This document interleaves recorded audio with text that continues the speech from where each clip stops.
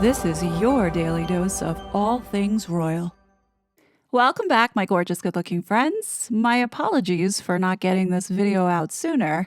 It has taken me a longer time to process the gravity of this new information and put it actually in a format that everybody can understand. So forgive me for the delay, but you will not be disappointed. Get comfortable because this is, again, one of those videos where your mind is going to flip upside down. You're going to want to see what I have in store for you today. So before we continue on, help the kid out and hit that like button. You know how it helps with the algorithm. I really do appreciate it.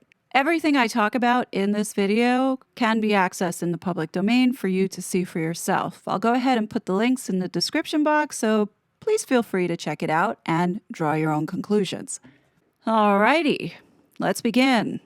For the past 5 years, I have been deeply immersed in the Harry and Meghan saga, not just as a viewer, but also as a commentator for nearly 4 years. I have witnessed relentless attacks from the Sussex Squad on YouTube creators who dared to voice what common sense revealed about Harry and Meghan. I too faced this type of targeting, unaware at the time that this censorship was a widespread issue with all Western countries. It was later we learned it wasn't just Harry and Meghan silencing critics, but part of a broader global effort by Western countries to regulate the internet. As many of you know, the release of the Twitter files pulled back the curtain, exposing the people and organizations tied to the couple, including CTIL, which introduced us to disinformation campaigns and the Disarm framework. If you're unfamiliar, I recommend you checking out my psychological warfare series, which dives into the tactics used against many of us unknowingly. This revelation sparked new critical perspectives, allowing us to re-examine the drama's origins, starting when Meghan burst onto the global stage in 2016.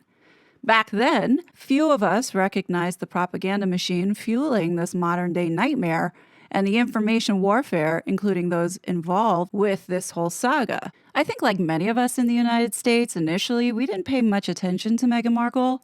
U.S. media downplayed her bad behavior, consistently taking her side while the world watched her mistreat her alleged family. The left backed her unquestioningly, framing her family in a negative light, but never scrutinizing Doria and her family, likely due to fears of being labeled as racist, a narrative the media would have amplified if the situation had been reversed. Looking back at the drama stirred by the alleged family called the Markles appears to have been a coordinated effort from the start in what some would call a black ops mission. That is just my observation. And for the purposes of today's video, we're going to take a closer look at one of those members, and that member is Samantha Markle. Looking closer at this public figure, one has to ask serious questions about her real role. Early on, Meghan was portrayed as the belle of the ball, while her alleged family was painted as white trash grifters. Both sides accused the media of misinformation, harassment, and stalking, while simultaneously advocating for privacy erosion and censorship, covering both conservative and liberal angles. Meghan's critics rallied behind Samantha's push to unmask anonymous trolls, while Meghan's Sussex Squad supporters championed deplatforming and silencing voices, particularly American ones. Unbeknownst to us, both sides were likely working toward the same goal, and this space was definitely infiltrated without our realization. In the beginning, it was controlling Twitter, and once it became X, the people behind all of this lost that control. What is painfully obvious now is this concentrated effort now focused on YouTube and its creators, and I'll get into that a little bit more in part 2 of this video. But for now, let's go ahead and revisit Samantha Markle's early days. Remember, it was just 36 hours after the cat was let out of the bag of Harry and Meghan dating back in 2016, Samantha going on to attack Meghan in her ready-to-go interview with The Sun, branding Meghan as Princess Pushy. In my opinion, that was the catalyst and excuse used to spend the rest of the time blaming the media for twisting narratives and words, making Samantha look bad, and then getting amplified by Meghan Markle's online terror squad. causing Samantha to cry that she's being bullied and harassed online, and even going to the extent of claiming she's been stalked, as well as repeatedly getting hacked. Many of us, including myself, had grace for Samantha and believed her. We gave her the benefit of the doubt. My judgments, and I think as well as many others, had been clouded at the time. It's important to emphasize Samantha's the one who kick-started the drama, especially around the online space, claiming harassment by Sussex Squad bots and spinning a narrative of being stalked to a point of taking someone to court. Many of us were not paying attention to Samantha's court drama with this troll back in 2019.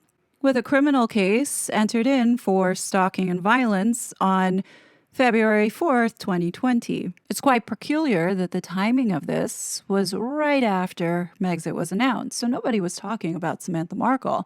Everybody was talking about the Sandringham Summit and Meghan being free and less stress. The focus was legitimately on Harry and Meghan coming to America. And let's not forget the drama of Meghan suing the Mail on Sunday for publishing a letter that she claims invaded her privacy. And when you look closer at Samantha, you realize there's a similar pattern going on here. Enter in Mark Phillips, Samantha's boyfriend back in 2019. He was a prominent figure alongside Samantha from 2016 to around, I want to say 2020, appearing in online posts, in-person interviews, and tabloid features, supposedly defending Samantha against trolls and supporting her in her criminal case against this alleged stalker and troll online. Have you wondered where he has been? If you have been around, you'd recognize that we don't see him ever. His absence to me raises questions about the narrative we were sold and who was really pulling the strings. The last time we saw him was when Samantha went to court. Now, have we seen him since? I don't think so. So I'm not sure if he's still in the picture. Let's go ahead and revisit Samantha Markle's early days online to bring everyone up to speed. From the outset, Samantha gave numerous interviews, each echoing a consistent theme, blaming the media and decrying online Sussex Squad attacks. She highlighted these grievances in nearly every televised appearance. While Samantha hurled some harsh remarks about Harry and her alleged sister, our community and those who see through Meghan Markle largely overlooked what Samantha was saying, as calling her out felt like it was siding with Meghan. This actually allowed Samantha Markle to get away with saying some truly nasty things, particularly around her supposed family, without much pushback. Here's an example of what I'm talking about. So right after it was announced that Harry and Meghan were engaged, the media magically discovered where Thomas Markle Sr. was hiding. And on December 2nd, Samantha takes to Twitter to publicly lambast her alleged brother, Jr., setting the stage for what you're about to see that comes next. But she writes here, Thomas Markle Jr. needs to stop disparaging my father, who disowned him long ago for being a lying thief. He does tablet stores for drug and alcohol money. His own son said he needs help in counseling. And soon after Thomas Markle had been discovered, Samantha then writes on December 4th, Daily Mail UK, my brother is a lowlife for talking my uncle into giving up my father's whereabouts. Both of them are now disowned. Nice sellout, you losers. Daily Mail, you are all scumbags for doing this. Ruth Stiles is a liar. If my dad suffers, you are being sued. Right from the beginning, you see that there is a pattern with using lawfare to silence people. Let me show you what I have discovered now. It turns out that Samantha Markle, Yvonne Markle, Yvonne M. Grant, Samantha Rasmussen, whatever her name is a fictitious litigator. So in the state of New Mexico alone, there are 6 entries of complaints that Samantha Markle or Yvonne Markle or Samantha Rasmussen, whatever name that she's going by at the time, has submitted 6 complaints for personal injury, restraining order. We have tort injunction. The woman is a fictitious litigator. And as we're looking at this list, one thing to be noticed, or actually a couple things to be noticed that I want to point out here that really does throw their narratives up into a tizzy. So Samantha claims that she changed her last name back to Markle in 1996, but when you look at this database, the only name change that is listed and has been filed by Samantha Markle is really changing her first name, Yvonne, into Samantha, which now puts into question the actual truth of what Samantha said, because if she did indeed change her name back to Markle in 1996, it would have been in this database. But if her name was already Markle as a result of getting divorced from her first husband, Earl Hale, and she went from Yvonne M. Hale to then back to Yvonne Markle, then that would make sense for her to say, well, you know what? I don't like the name Yvonne. I want to change my name to Samantha, and filed the right case. But what doesn't make sense is that Samantha went ahead and did this in October of 1997. It finally gets solidified in December of 1997. But what is really peculiar to me is that this petition was submitted on October 17th, 1997, only for it to be closed out on December 3rd of 1997. Now, keep that date of the closeout for this name change going from Yvonne Markle to Samantha Markle on December 3rd, 1997. What is so fascinating to me, and I don't have an answer to explain why this is the way that it is that on that same day, December 3rd, 1997, Samantha Markle married Scott Rasmussen. Even more strange is that if she had changed her name from Yvonne to Samantha, why is it not reflected on this document representing Samantha Markle, not Yvonne Markle? You follow what I'm saying? And then on top of it, why go through all this paperwork and submitting this petition and it not being reflected on the day that you got married? You hear what I'm saying? If the same day your first name was changed, wouldn't you want the record to reflect your name being Samantha and not Yvonne? But then take it a step further. So Samantha claims that she changed her name back to Markle in 1996, but is still going by Rasmussen. Explain that to me, because even in the current legal system of Florida and New Mexico, her last name is still being reflected as Rasmussen in all of these cases, especially the case with this troll that Samantha had gone after. But we're going to get to that in a second. I just want to highlight that in addition to these civil cases, there's also criminal cases in the New Mexico database, beginning in 1991, where Samantha was found guilty of a DWI, followed by in 2012, where the state of New Mexico had charged Samantha for threats and intimidation, and then again in May of 2015 had violated a restraining order. Both of those cases had been dismissed, but the one where Samantha was charged and found guilty of a DWI, the login notes on that record raises my suspicions. And here's why.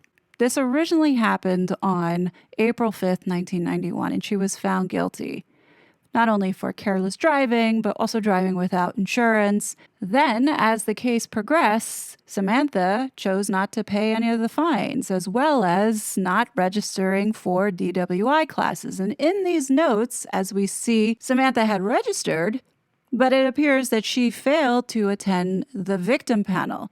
Even though she completed her hours of community service, she still had warrants out for this class. And what you notice here is that all of a sudden, from New Mexico, this case transfers over to Virginia. Now, I guess that would make some kind of sense, because if we go by what Samantha has been telling us, that she gave up her children to go be raised by her ex-husband's parents, and they live in Virginia, perhaps maybe she wanted to finish out these DWI classes near her kids.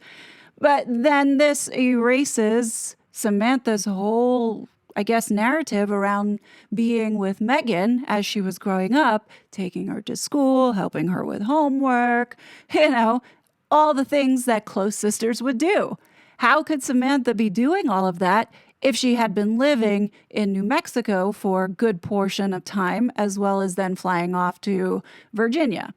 So if we go by what Samantha has written in her book, that in 1987, she had divorced her first husband and left her kids in Virginia, and then in 1991, she's there being arrested and found guilty of a DWI. and her name was Yvonne Hale at the time, then that kind of blows up Samantha's story around divorcing this guy and then leaving the kids with the grandparents when they were 2 years old. That doesn't wash because typically when you divorce, women get their maiden name back. And in this case, it should say Yvonne Markle, not Yvonne M. Hale, which is what she was when she married Earl Hale and had 2 children, Ashley and Christopher. That's if we are to believe the story, which does explain why in 1993, perhaps that's when she went to Virginia to do these DWI courses and dropped her kids off and left them there.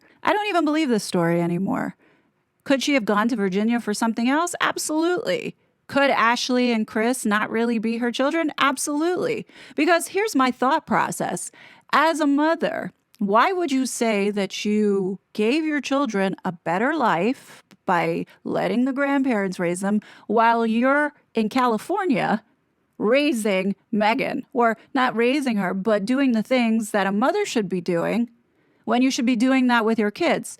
Now, according to Samantha, in her book on page 177, she talks about being in the Air Force. And in 1997 or around that time is when she had to step out of the Air Force because of her MS. So you mean to tell me that you can go and be a part of the Air Force, but you can't raise your children because of your MS?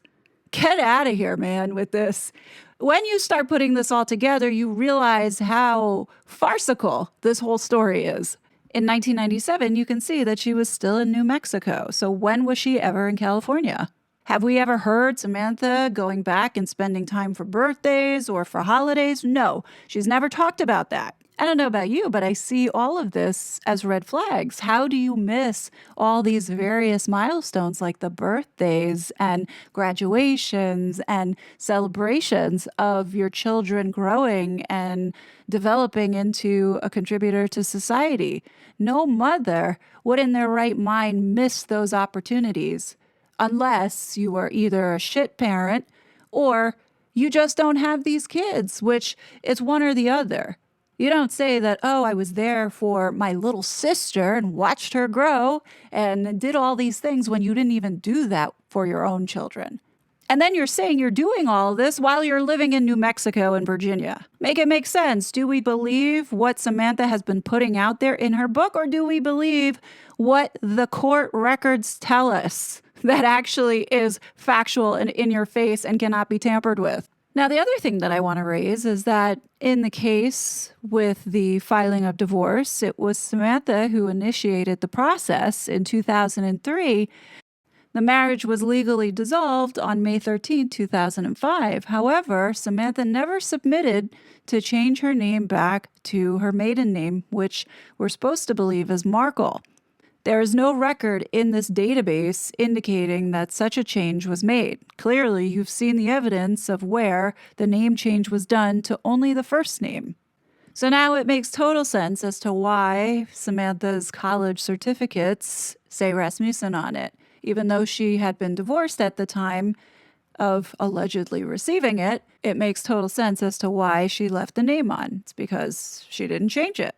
If she's really Samantha Markle, then why are all these court cases under the name Rasmussen, especially the most recent ones that were filed in December of 2024? In part 2 of this video, we're going to go ahead and talk about Samantha's alleged stalker, Kai Native. I think this is a good place to pause and allow you to digest some of this and share your thoughts below in the comment section. I'm just getting warmed up. Tomorrow's video, you definitely don't want to miss it. But anyhow, definitely let me know your thoughts below. As always, I will be back with more content. But until then, please be safe, and I'll talk to you later. Bye! Such a fraud.